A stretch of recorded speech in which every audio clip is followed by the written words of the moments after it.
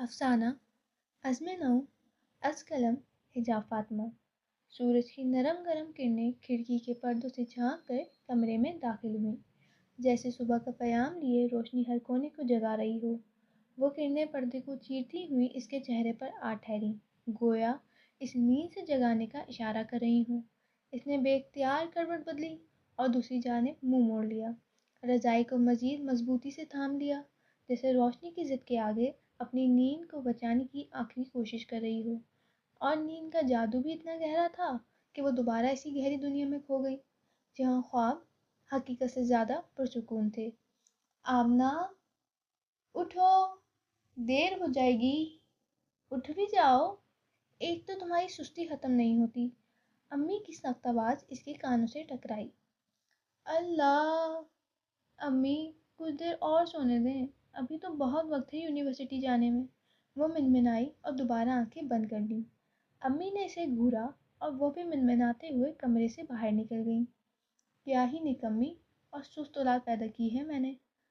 آخر کار آدھے گھنٹے کی سرزنش اور امی کے غصے کے بعد وہ اٹھ ہی گئی، بستر سے نکل کر تیار ہونے لگی۔ گھڑی پر ایک نظر ڈالی تو بڑبڑائی، ابھی تو بہت وقت ہے کلاس میں، پتہ نہیں امی مجھے سونے کیوں نہیں دیتی۔ یا اللہ، یہ کیسی زندگی ہے، پہلے اسکول کے لیے ڈانٹ سنتے تھے، پھر کالج اور اب یہ یونیورسٹی۔ اف۔ وہ تیار ہونے کے بعد کمرے سے باہر نکلی۔ امی، امی، وہ سیڑھیاں اترتے ہوئے شور مچاتی ہوئی کچن میں پہنچی۔ کیا ہے؟ کیوں گھر سر پر اٹھا رکھا ہے؟ اب کیا ہو گیا؟ امی نے سوال کیا۔ آپ نے فیضان بھائی کو اٹھا دیا تھا نا، مجھے یونیورسٹی کے لیے دیر ہو جائے گی۔ فیضان تمہاری طرح نہیں ہے، میرا بچہ تو صبح جلدی اٹھ جاتا ہے، امی نے فخر سے کہا۔ امی ابھی فیضان نامہ شروع ہی کر رہی تھیں کہ وہ تیزی سے بولی، اچھا ٹھیک ہے، میں جا رہی ہوں، ناشتہ یونیورسٹی میں ہی کر لوں گی۔ یہ کہہ کر اس نے اپنا بیگ کندھے پر ڈالا اور گھر سے باہر نکل گئی۔ گیٹ پہ اس نے دیکھا کہ فیضان گاڑی کے پاس کھڑا اسی کا انتظار کر رہا تھا۔ تمہیں اتنی دیر کیوں ہو گئی؟ کم از کم آج تو جلدی اٹھ جاتی۔ فیضان جھنجھلائے ہوئے انداز میں بولا۔ کیوں؟ میں تو روز اسی وقت پر جاتی ہوں بھائی۔ آمنہ نے ایک نظر گھڑی پر ڈال کر جواب دیا اور گاڑی کا دروازہ کھول کر اندر بیٹھ گئی۔ آج شہر میں جگہ جگہ سڑکیں بلاک ہیں، اسی لیے تمہاری یونیورسٹی پہنچنے میں زیادہ وقت لگے گا۔ پر کیوں؟ آمنہ نے حیرت سے پوچھا۔ تمہیں 30 جولائی کو پیش آنے والا واقعہ یاد ہے جو پارا چنار میں ہوا تھا؟ فیضان نے اسے یاد دلانے والے انداز میں کہا اور گاڑی اسٹارٹ کی۔ ہاں، مجھے یاد ہے کس طرح ان ظالموں نے صرف فرقے بازی کی بنیاد پر جوانوں سے لے کر بوڑھوں تک کو قتل کر دیا تھا۔ وہ ایک انتہائی افسوسناک ثانیہ تھا، آمنہ نے یاد کرتے ہوئے جواب دیا۔ فیضان نے سر ہلا کر بات جاری رکھی۔ یہی سب دوبارہ ہوا ہے 24 نومبر کو، یعنی 2 دن پہلے۔ وہی سب کچھ لوگوں کو سڑکوں پہ لے آیا ہے۔ اس بار تو حد ہی ہو گئی ہے، ایک 6 ماہ کے بچے تک کو نہیں چھوڑا ان درندوں نے، اور تو اور اسے بھی اس کی ماں کے سامنے قتل کر دیا۔ حد ہے بھائی، حد ہے۔ فیضان کے لہجے میں غصہ اور بے بسی جھلک رہی تھی۔ مجھے سمجھ نہیں آتی بھائی، کبھی کسی مختلف زبان بولنے پر قتل کر دیتے ہیں اور کبھی مختلف فرقے پر۔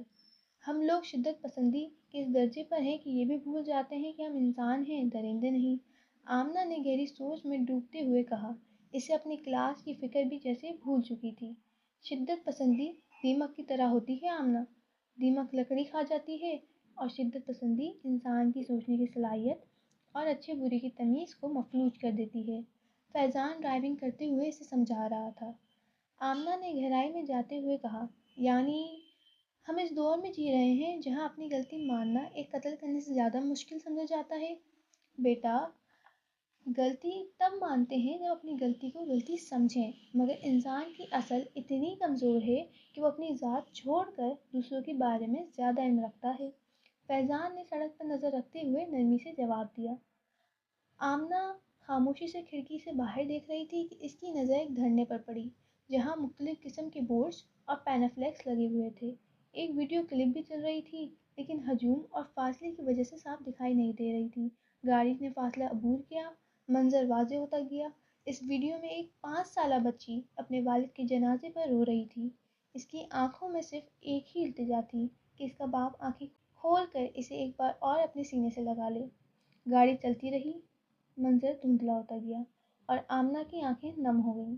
اس نے مدھم آواز میں پوچھا، بھائی ہم کیا کر سکتے ہیں ان کے لیے؟ یہ وطن ہمارا ہے، اگر اس کے کسی بھی حصے کو نقصان پہنچے تو وہ پورے ملک کو نقصان پہنچتا ہے۔ یہ ملک ہمارا ہے اور اس کے لیے کام کرنا بھی ہماری ذمہ داری ہے۔ فیضان نے ایک نظر اس پر ڈالی اور اس کی اداسی کو بھانپتے ہوئے نرمی سے جواب دیا، ظلم کے خلاف کھڑے ہونے کے لیے تلوار کے ساتھ ساتھ ہمیں اپنی دیگر صلاحیتیں بھی استعمال کرنی چاہیے۔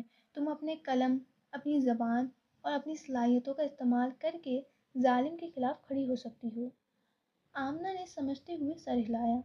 یونیورسٹی آ چکی تھی۔ آمنہ کا سفر یہاں تمام ہوا اور یہ مکالمہ بھی یہیں ختم ہو گیا تھا۔ فیضان نے گاڑی روکی۔ آمنہ نے بیگ اٹھایا اور اسے یاد آیا کہ اگر وہ بھاگ کر اپنی کلاس تک نہ پہنچی تو اگلی کلاس میں بھی غیر حاضری کی مہر لگ جائے گی۔ فیضان بھی اپنے دفتر کی طرف روانہ ہو گیا اور پارا چنار کا مسئلہ کہیں پیچھے چلا گیا۔ سب ایک بار دوبارہ اپنی زندگیوں میں مصروف ہو گئے تھے۔